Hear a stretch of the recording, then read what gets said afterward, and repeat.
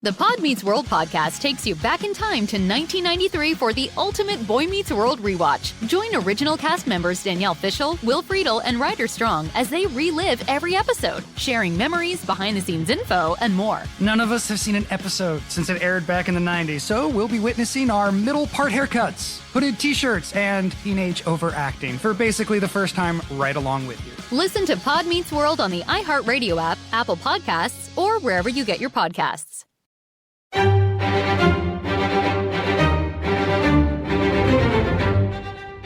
Crime Stories with Nancy Grace.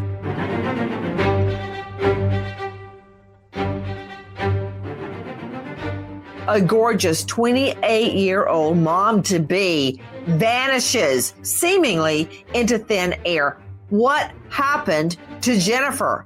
I'm Nancy Grace. This is Crime Stories. Thank you for being with us here at Fox Nation and Sirius XM 111. First of all, take a listen to this. Beau and Jennifer's romance begins while they are both studying engineering at the University of Missouri-Columbia. In 2015, they say I do and moved to St. Louis for work.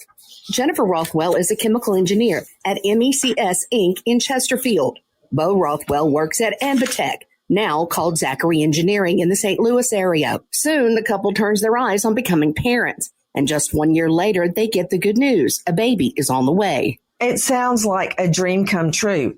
And it is. It's what everyone wants, the American dream. A beautiful home, a lovely family, a baby finally on the way, awesome careers in front of them. And then somehow, in the midst of all this happiness, she disappears. Her family, her parents, her husband, devastated. Take a listen to Robert Townsend, KSDK. I talked to Jennifer Rothwell's parents on the phone. Now, they didn't want to go on camera. Their big concern is just hearing from their daughter. I'm going to step back and you can see right now, St. Louis County Police, they are here sitting in two vehicles on Rothwell Street. They blocked off this street. In the background there, where that light is at the porch, officers are going in and outside this house. We believe that they are searching in and out of this house. Again, the family's house here off North Winds Drive in West St. Louis County. That all has been happening in the last few minutes. Again, officers, detectives, they look to be going inside this house, searching for possible evidence, I believe, in connection with this woman's disappearance. Again, this is what I know. Jennifer Rothwell is 28 years old and married. She's 5'6" tall. She has long, light brown hair, curly hair. She weighs about 150 pounds. Now, she was last seen leaving her West St. Louis County house yesterday morning. And 6 weeks pregnant. With me, an all-star panel. But let me first go to Christy Missouri, joining us, Emmy Award-winning investigative reporter. Christy, thank you for being with us. Now, this took place in Crève-Coeur, Missouri. Tell me about that. It's a lovely, family-oriented community. Neighbors know everybody else. So for this woman to just vanish in thin air without a trace was very unnerving to her neighbors. So is it apartments? Are they single dwelling? Oh, they're homes. It's a lovely little suburbia. It's utopia. What were their jobs, Christy Missouri? Where did they work? They were engineers. So these are learned people making very good salaries, upper level income. So these are meticulous people. That's why when she went missing, it was so out of the ordinary, because both of these people separately and as a couple had every moment of their day documented with a calendar. Oh, my goodness. To Dr. Bethany Marshall joining me, high-profile psychoanalyst joining us out of L.A. She is the star of a new Netflix show, Bling Empire, and you can find her at drbethanymarshall.com. Dr. Bethany, the reason I'm asking about the area is the first thing you want to do is look at the area if it has a high crime rate. Have there been a string of break-ins? I don't know if you remember. Jackie, look this up for me. I recently covered a pastor's wife who was pregnant, who was the victim of a home invasion. And her other baby was home at the time. I think it was like a 2-year-old son was home. And Of course, all the suspicion went on the pastor, the young pastor. At first, because he had been at the gym. And, have you never noticed how many husbands are at the gym suddenly when their wife goes missing, or fishing like Scott Peterson? They're very rarely at work where they punch the clock and everybody can see them. So it led to suspicion on the pastor. And the next thing you know, it came out that there had been several burglaries in the neighborhood. Did you find it, Jack? Amanda Blackburn. That's it. That's right. Amanda Blackburn. Now I remember exactly. Amanda Blackburn, just beautiful. I can see her face right in front of me.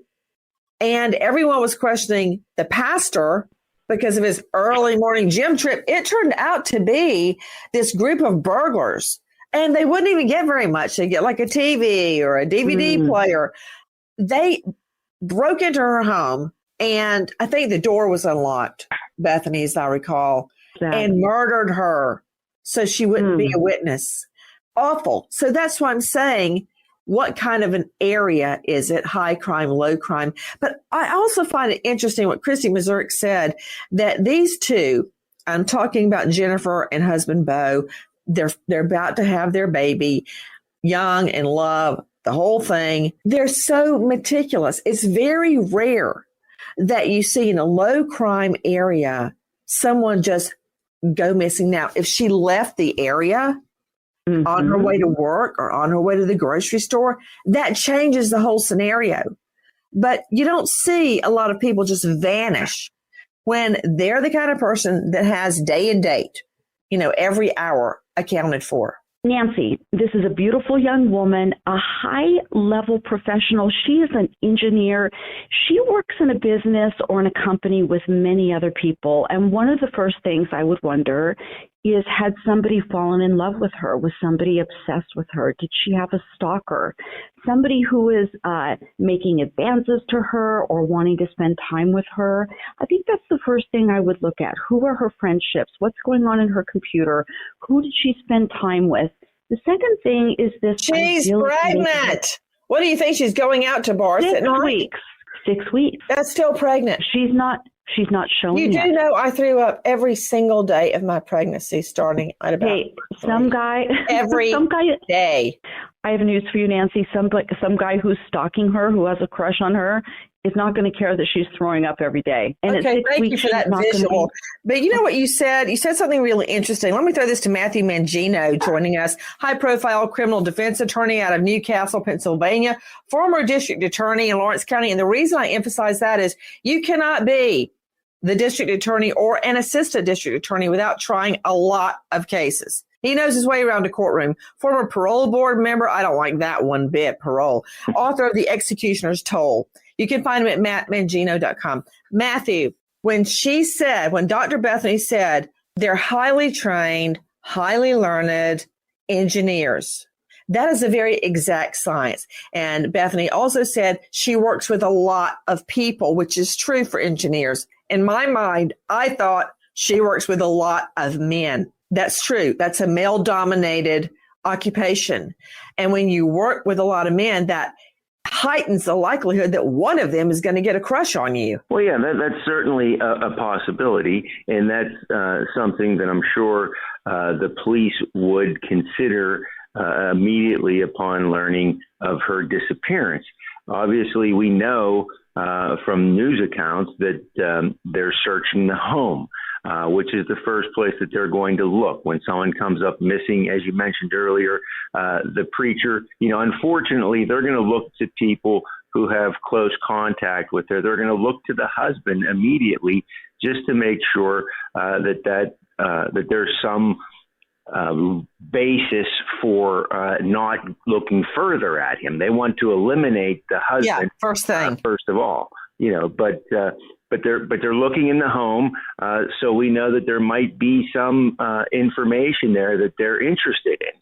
And I think of course, that's where they're going to find out her every move. These two have been married for 4 years, and she's last seen alive that morning, leaving for her job as a chemical engineer. Straight out to John Gard joining us, Chief Deputy with Pitt County Sheriff's Office in Greenville, who specializes in cases just like this one. Jennifer Rothwell, it strikes me how organized she was with every hour accounted for. Like when you look in your iPhone at the calendar, she had it so meticulously arranged. So it should have been easy for police to figure out where she would have been at the time she went missing, John Garb, because isn't all of that saved in the cloud? Absolutely, Nancy. And that's one of the first things, we're going to do in any case that begins maybe as a missing person. You're going to examine that digital footprint. And, there's a lot of legs that go off that footprint, connect to other people and other information. And you're just going to run that information down and see where it takes you.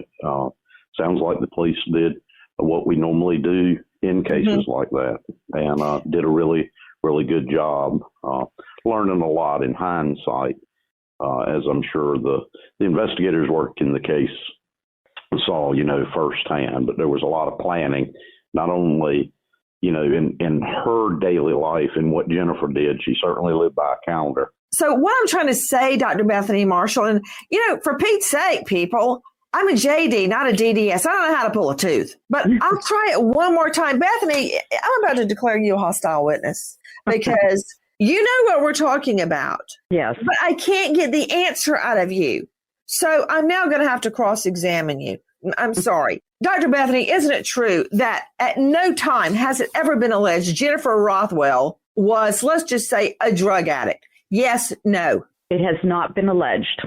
So no. And isn't it true she's never been suspected of being a prostitute or an escort? True. Isn't it true she worked regular hours? She was very dependable and was never late to work. Yes, no. Absolutely, yes, true. So the point is that this was not a person that is prone to high risk behavior. She's not out on the corner hooking. She's not going into bad areas trying to score a rock, a crack. She's not into any nefarious activity. She has a very regular schedule, and she's 6 weeks pregnant. And she's happy about it. She's not trying to figure out, how am I going to get rid of this baby? Can I drop it off at the fire station? She's coming home at night and reading What to Expect When You're Expecting. That's who we're talking about, Dr. Bethany. And she lives in a nice neighborhood. In these types of neighborhoods. I already said that. I said that, and now you're saying it again, now that I've declared you a hostile witness. So, long story short, the fact that this woman just drops off the map, it's very, very uncommon. Not only that, we think she even took the same route back and forth to work every day. Take a listen to our friends at crimeonline.com. Jennifer Rothwell was last seen leaving her West St. Louis County home. Beau Rothwell says Jennifer left for work at 6:20 that morning. As Beau Rothwell begins getting ready for his own day, Jennifer Rothwell calls 4 times, but Beau misses the calls. Rothwell texts his wife during the day, but there's no replies. Rothwell reports Jennifer as missing. Over the next few days, Beau, along with other family, friends, and coworkers, begin to search the community, putting up missing person signs and begging for information about Jennifer. Hey, you guys, this is Tori and Jenny with the 9021 OMG podcast. We have such a special episode brought to you by Nurtec ODT. We recorded it at iHeartRadio's 10th pole event, Wango Tango. Did you know that Nurtec ODT Rimegepant 75 milligrams can help migraine sufferers still attend such an exciting event like Wango Tango? It's true. I had one that night and I took my Nurtec ODT and I was present and had an amazing time. Here's a little glimpse of our conversation with some of our closest friends. This episode was brought to you by Nurtec ODT Rimegepant 75 milligrams. Life with migraine attacks can mean missing out on big moments with friends and family. But thankfully, Nurtec ODT Rimegepant 75 milligrams is the only medication that is proven to treat a migraine attack and prevent episodic migraines in adults. So lively events like Wango Tango don't have to be missed.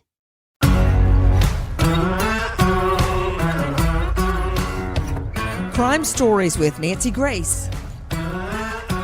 Another thing I'm learning about Jennifer is that she has never needed space. I have a lot of friends that go on girls' weekends, as they call it. These are grown women. They're not little girls. They go on girls' weekends, and it sounds like a lot of fun. I want to be with the twins. I don't want to leave the twins. But this woman never went out with her friends. She didn't go away for weekends. She didn't suddenly announce, I need space, and disappear for a day or two to get some air. That's not her. And that is one of the things that have her parents and her family so upset that this is out of character. I mean, the car, as I recall, was a Hyundai Sonata, right, Christy Mazurek? Correct. And a pretty common car. So I'm just wondering if they had nav in that car, navigational tracking, which I love. John Gard, Chief Deputy, Pitt County Sheriff's Office, nav systems in cars, they're a huge benefit to police. But when you get somebody that may have a used car or an older car, no good. And this one is a 2011 Hyundai Sonata. Yeah, I'm thinking that's a little older and would not come with the GPS nav full time in it. So the only thing I can think of right now, if they're really trying to piece together where her car went, is the case of missing Connecticut mom of 5, Jennifer Dulos. Her husband, there's no doubt in my mind, Fotis Dulos, was having an affair with the girlfriend, Michelle Triconis. And I have no doubt in my mind that he murdered her. She's not missing. She's dead. But what police did in an effort to find her, they got every Ring doorbell, every business, every resident surveillance video, red light cam, stop cam, bridge cam, toll cam, everything. They even got a camera. This is amazing. When a public bus opened its doors, the camera caught the husband going by in the vehicle. Then he, of course, takes the murder car to the car wash to have the car detailed, even changing out the back seats. Didn't really help because his wife's blood and hair was found on the seats. Long story short, we can work wonders with surveillance video, but not with the nav system in this car. But speaking of the car, suddenly we get a break in the case in the search for Jennifer Rothwell. Take a listen to our friends at Crime Online. Jennifer Rothwell's car is found the same day she is reported missing, a little over a mile from her home. Around 9:30, the 2011 Hyundai Sonata is found on the side of a busy intersection. It did not appear to have been in a crash and was otherwise drivable, so the police tagged the vehicle as abandoned. After the owner was identified, Jennifer's phone was found inside. Okay, she didn't make it very far, did she? Just about a mile from her home. About 9:30 a.m., her Sonata is found on the side of a busy intersection. It had not been in a crash. It was not on empty. It did not have a flat tire. What does that mean? Let me go out to you, Matthew Mangino. Was she forced off the road? There's not a mark on her car. Why did she pull over? Did she suddenly get sick? Was she nauseous from being pregnant? I mean, what is that telling you? The car is found about a mile away. Well, that's really a concern, and I think that it changes the focus of the investigation. At first, you're thinking about a person who is missing. Maybe there's some reason she went someplace, and you're trying to figure that out as quickly as you can. But now you find her car alongside the road.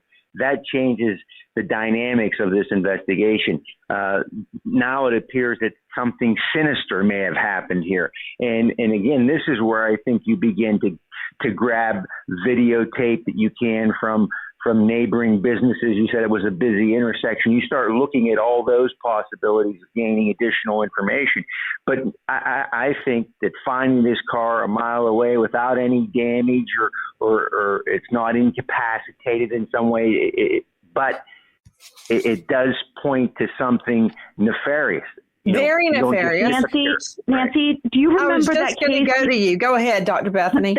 Remember the case we covered years ago where there was a college student coming home late at night from a party at her college, and the car was found on the side of the road, and they found some kind of surveillance. Yes, that a group of boys had forced her off the road just before she was going over a bridge. And that was the only clue they had. I mean, I'm not saying that's the same in this case, but when a single woman's car is found on the side of the road, I sometimes wonder, I mean, have you ever had somebody scary follow you in your car? I have a number of times in mine, and it's very frightening. You try to find the nearest police station, you try to fumble for your cell phone, but I would wonder, if there's any surveillance, any footage that shows that there was somebody who tried to force her off the road. Well, this is also another interesting fact about her car being found, not flat, not empty, not banged up, no crash. It was also at a busy intersection. So you would think if someone was going to kidnap her, steal her away, or force her in or out of a car, it would have been spotted. But we have no witness. I know it was early in the morning, but people are up and about on the interstate, heading to airports, heading to work, like she was at 6 o'clock in the morning. What can we learn from this car? Take a listen to Robert Townsend, KSDK. Creve Coeur police located a car not far from this house the same day near the intersection of Olive and Fifi Road. Flyers of the missing woman are posted right now inside several businesses in this very neighborhood. Police also tell us Rothwell's family and friends usually talk to her every day, but again, they have not heard from this woman since Jennifer left home early yesterday morning, and that's why they filed a missing persons report. Police say Rothwell's husband, all of her relatives and family members, they spent the day talking to them. They just want to know where this woman is. Again, police tell us this young lady has never disappeared before. Back here live, again, you see a very active scene in this neighborhood. St. Louis County Police right here sitting in two vehicles. They are also asking anyone who sees Jennifer Rothwell to call St. Louis County Police immediately. As the search intensifies, of course, focus turns to the husband. But he, Beau Rothwell, is the one that called 911. And so often when husbands are suspected in a wife's disappearance or even murder, they're not the ones that call 911. I mean, look at Barry Morphew. He didn't call 911. He called his daughters to call a neighbor, and I think the neighbor is the one that called 911. It goes on and on. As I recall in Scott Peterson, her parents called 911, not him. Another issue cops are going to have is, let me understand this, Christy Mazurek joining us. She's last seen at 6:30 a.m. And he, the husband, does call 911, but isn't it at nearly 10 o'clock at night when he calls 911? Correct, when she doesn't return from work. Now, mind you, flashback to what he said earlier in the day, she leaves for work. He misses a few phone calls from her, and she never responds to his phone call. So that huge gap of time of these missed phone calls in the morning, he waits until 10 p.m. to finally say, something's wrong here. I haven't heard from my wife in over 12 hours. Well, another thing, I don't think that she normally gets home at 10 o'clock at night from work. For sure. Because if she's going in at 6:30, especially in light of her being pregnant, he waited until nearly 10 o'clock at night. That still is not damning. But it was enough for her family to be concerned because she spoke to them on a daily basis. So when dinner time rolled around that day and they hadn't heard from Jennifer, when they questioned Beau, he said, well, I tried calling her this morning. She hasn't answered her phone. That started putting up some concerns. When you hit a wall, I always start over again. Matthew Mangino, a high-profile lawyer out of Newcastle, former district attorney, once you follow all your leads and you're going nowhere, you start all over again with the scenario, with the witnesses, with the ring cams, with the nav system, with the phone calls, with the texts. And of course, you look at the husband. But I would look not only at the morning she was last seen, I would look at the days leading up to that. Would you? Well, yeah, there's no question about that. I think you're exactly right. Once you've gone through would appear to be the obvious options here, you go back to the beginning. And the beginning in investigations like this is looking at the husband. And you want to now get more information about the husband. You want to find out what he was doing in the days leading up to her disappearance. Exactly. Right. You want to see his phone. You want to see who he's been in contact with, who he's been talking to, who he's been messaging, and so this investigation in this short period of time has gone full circle. Let's go back to the beginning and let's be more thorough about what transpired prior to her disappearance. Then we find out that he is quite the neatnik. That's always a concern to me when your wife goes missing and suddenly you're out buying bleach. Take a listen to our cut 8, our friends at Fox 2. Beau Rothwell told officers he last saw his wife at 6:20 a.m. at their home when she reportedly left for work. Minutes later, he missed 4 phone calls from her. Police found the victim's phone in her car abandoned on the side of the road near Olive and Fifi. Meanwhile, investigators noted Beau's pickup at their home about a mile away had a strong odor of bleach that seeped from the truck bed. A small window to the garage was open despite the cold temperatures. Dr. Tim Gallagher, renowned medical examiner for the entire state of Florida. You can find him at pathcaremed.com, a lecturer, University of Florida School of Medicine, and founder host of the International Forensic Medicine Death Investigation Conference. Dr. Gallagher, why bleach? I mean, it's almost cliche where you see the killer in line at Walmart buying bleach. These cops get 6 feet from the husband's truck and they smell bleach. What is in bleach that hurts your nose? Well, bleach actually is chlorine bleach, and chlorine is a gas. It's a very reactive gas. And that it'll react with proteins, it'll react with bodily fluids, and it'll react with tissue, that's present in your nose. And when it does come in contact, it will ignite the nerve endings, and it will radiate pain from your nose all up through your face. So another thing I wanted to point out now that I got a chance, again, is to say places like Walmart, Target, their surveillance system, we kind of frown upon these large big box stores, but we've caught a lot of criminals using the surveillance and photography system present, at the registers at Walmart and places like Target. Who frowns on big box stores? Little box stores. You're right, because I don't. I'm telling you, last minute, a couple of weeks ago, twins finally got to go on a school trip after years of not getting to go because of COVID. Of course, we didn't have a Digicam. We went everywhere. And guess who saved us? Walmart. 2 digital cameras. And they were cheap and they were awesome. So I don't want to hear any shade on Target or Walmart. Not working here, Dr. Tim Gallagher. I don't know what rarefied circles you run in, but that's not true for the rest of us. So chlorine, did you say chlorine is what's in bleach that hurts your nose? Right. Chlorine is a gas that is dissolved in a fluid, which is then called bleach, but it evaporates very quickly out of the fluid and it goes into your nose, reacts with the tissue, and ignites the nerve endings. That's what causes the pain. A lot of people think that bleach alone can get rid of DNA. That's absolutely not true. You need something like muriatic acid, like Black Swan, if you really want to do the job right. But I mean, you can smell bleach a mile away. Hey, that just made me think of something, Dr. Tim Gallagher. Remember in the Morphew case where everybody went into his hotel room and said it smelled like chlorine? Would that have been possibly bleach and not chlorine from a swimming pool? Most likely, if you just smell it in one room and not all of the rooms, most likely it is bleach, that is centralized in that one location. You do know I could listen to you talk all day long, but getting back on track. So we've got the husband cleaning out his truck bed with bleach, and he's even opened the garage window, left it cracked open. What? To dissipate the odor?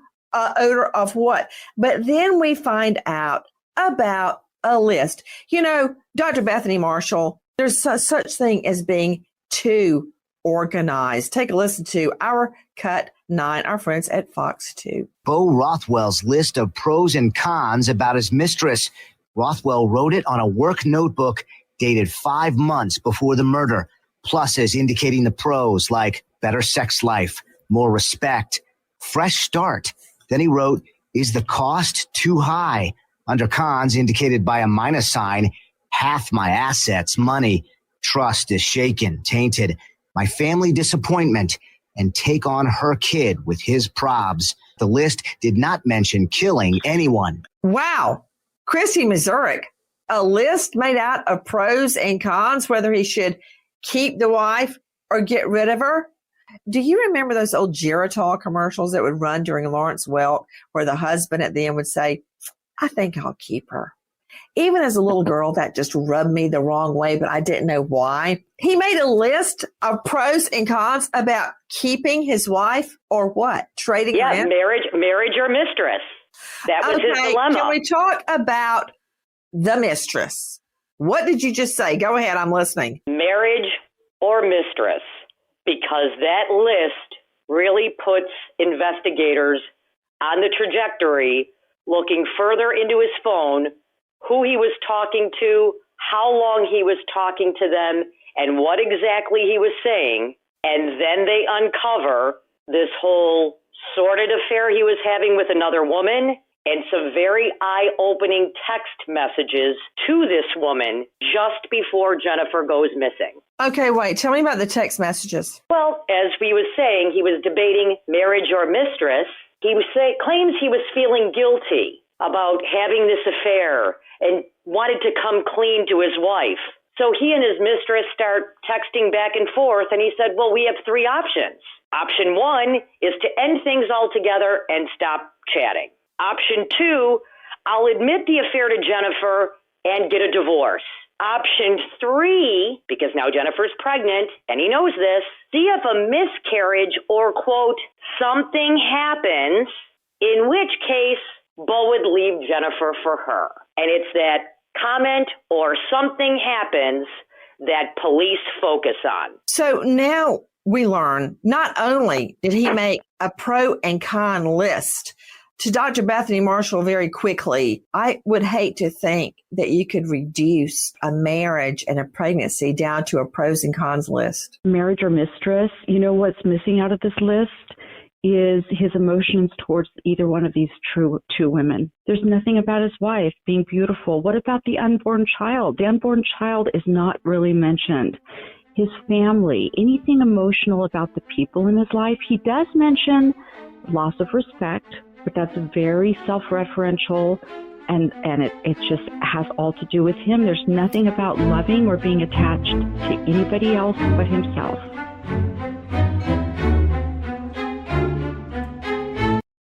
Hey, you guys, this is Tori and Jenny with the 9021 OMG podcast.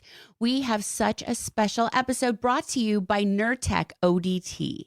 We recorded it at iHeartRadio's 10th pole event, Wango Tango. Did you know that Nurtec ODT Rimegepant 75 milligrams can help migraine sufferers still attend such an exciting event like Wango Tango? It's true. I had one that night and I took my Nurtec ODT and I was present and had an amazing time. Here's a little glimpse of our conversation with some of our closest friends. This episode was brought to you by Nurtec ODT Rimegepant 75 milligrams. Life with migraine attacks can mean missing out on big moments with friends and family. But thankfully, Nurtec ODT Rimegepant 75 milligrams is the only medication that is proven to treat a migraine attack and prevent episodic migraines in adults. So lively events like Wango Tango don't have to be missed.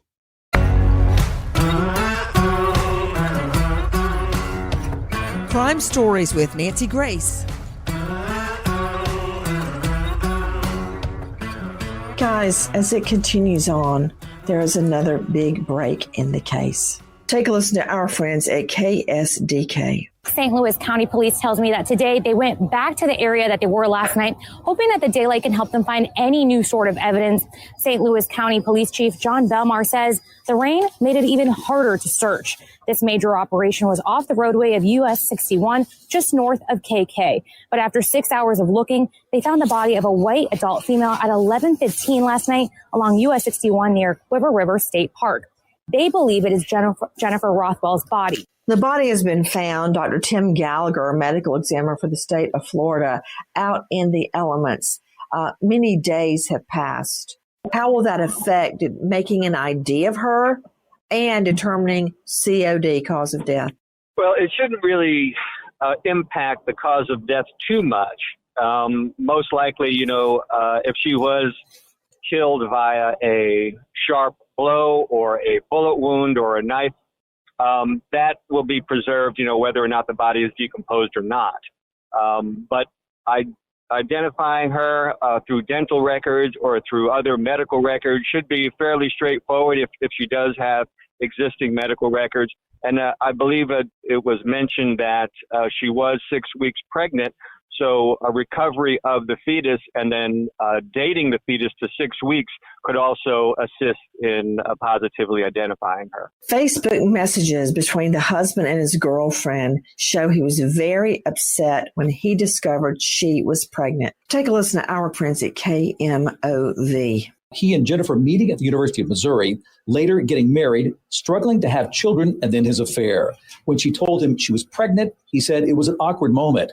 Rothwell said, I had mixed feelings. I wanted to be a dad a long time, but I was having an affair. He said he felt guilty about the affair. And on November 11th, Rothwell said, my plan was to tell her about the affair, throw myself on her mercy, and hope for the best. Rothwell said he and Jennifer were sitting in the kitchen of their home when he confessed his affair and gave this account of their exchange. I'm really sorry, but I'm having an affair. How dare you? Expletive. He claims she shoved him and then said, keep your mystery expletive. I've got someone too. Is this even mine? It doesn't mind. The baby's probably not yours. Who is it? It doesn't matter. At least he can get me pregnant. Okay, that sounds like a lot of BS to me. John Garr, Chief Deputy, Pitt County Sheriff's Office.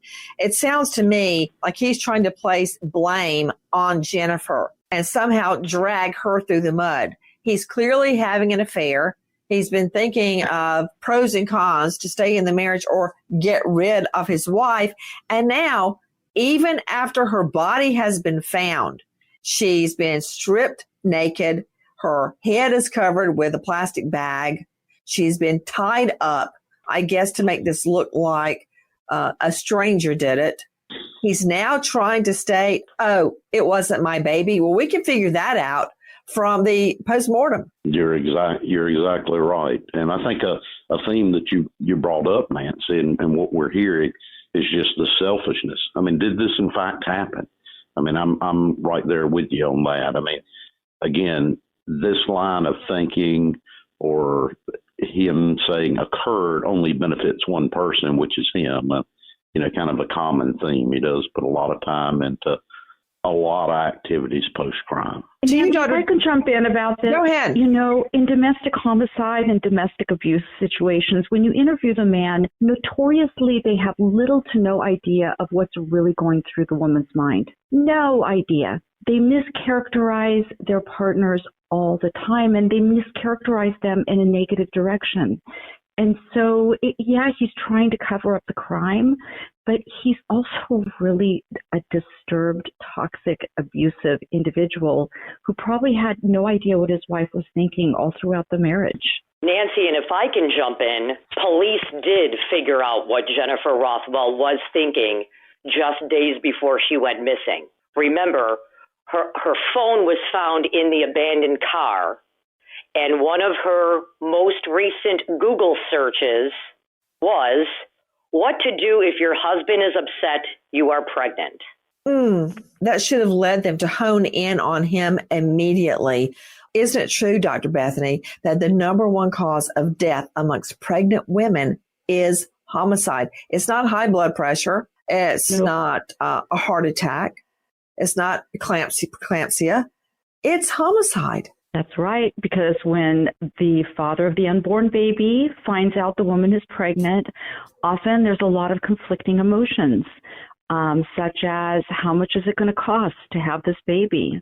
Am I going to have to share the love of my wife with this unborn baby? What is this going to do to my life? I'm having an affair. And is this baby going to interfere with the time and resources necessary for carrying out the affair? So yes, it is the leading cause of death in pregnant women. Well, once this guy starts talking, he really Let's it rip. Take a listen to our cut 12, our friends at KMOV. Rothwell says he was standing behind Jennifer and hit her on the right temple with a mallet, then followed her as she stumbled toward the garage. In the heat of the moment, I hit her again. I think I cracked her skull and she fell down the stairs. He said she was unresponsive. I couldn't tell if she was deceased. But instead of calling 911 for an ambulance, Rothwell said he went into panic mode and started cleaning up. Every fiber in my body was saying, do something or I'd die. After killing Jennifer, I thought I had to clean this up and hide what I'd done. He said after cleaning up the blood, he loaded her body in the back of his pickup and drove without knowing where he was going.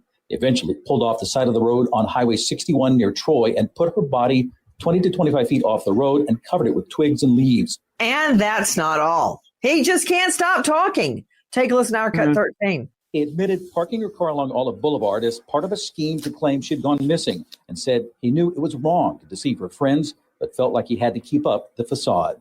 So get this, on cross-examination, Beau Rothwell admitted that he was still in almost daily contact with the woman he was having an affair with. In fact, multiple times a day. I spoke with an alternate juror who the judge said was no longer needed and allowed to go home. She said if she was in the jury room, she would vote for guilty on first-degree murder. In fact, she said, quote, he's guilty as hell.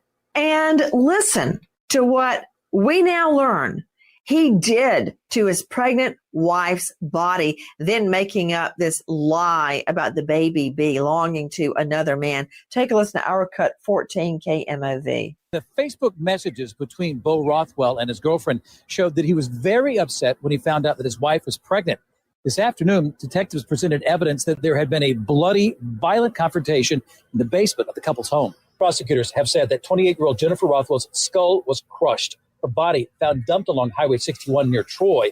Her clothes had been removed. She was bound with duct tape and had a plastic bag over her head. In testimony this afternoon, the lead detective testified about conducting a search at the couple's home. He said there was no sign of forced entry into the home and that in the basement, detectives found reddish circle staining in the carpet and indentions in the wall. During the search of the home, detectives removed basement carpet and carpet padding and showed the stained items to the jury today. It just breaks my heart that this woman, this poor woman, Jennifer Rothwell, expecting her first child, was online looking at a website forum called Husband Doesn't Care, First Pregnancy Forums, What to Expect. It's just, she was all alone in the world. Her husband texting and sleeping with another woman, even after she goes missing. In other words, he killed her. He's still carrying on the relationship with the mistress. And I notice when he speaks to detectives, he refers to the body. I mean, Dr. Tim Gallagher, that was a lot of staging he did post-mortem, stripping her nude after he beat her dead in the head, zip tying her wrists, putting a plastic bag over her head, hiding her body. That's a lot of staging, Dr. Gallagher. Well, it is. And it's kind of easy to see why he did wrap the head, as we had in other cases before, when there is a head injury, a severe open skull fracture. It bleeds very heavily. We know that the heart keeps pumping the blood through the wound, and it creates a lot of bleeding, more so than you would ever expect. Maybe he was trying to hide that evidence and prevent her from continuing to bleed as he transports her. Well, the alternate juror was right on. Take a listen to our cut 16, our friends at KMOV. The jury took only 3 hours and 20 minutes to reach their verdict tonight. And when they read it out loud, the courtroom erupted with emotion. Jennifer Rothwell's friends and family say they feel a sense of relief and justice. It's a conviction the state was confident Beau Rothwell would receive. One of the things that came out in testimony was the defendant said with the second hit that he thought he was trying to stop her from getting away.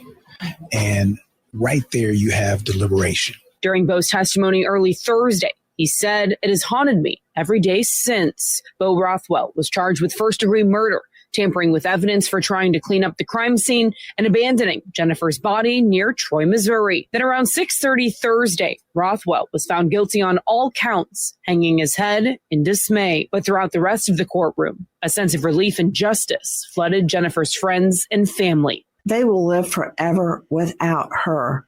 No prison term will be enough of a punishment for this husband so cold, so callous. The message today, homicide is the number one cause of death amongst pregnant women. The National Domestic Violence Hotline, 1-800-799-SAFE, SAFE, or 1-800-799-7233. Goodbye, friend.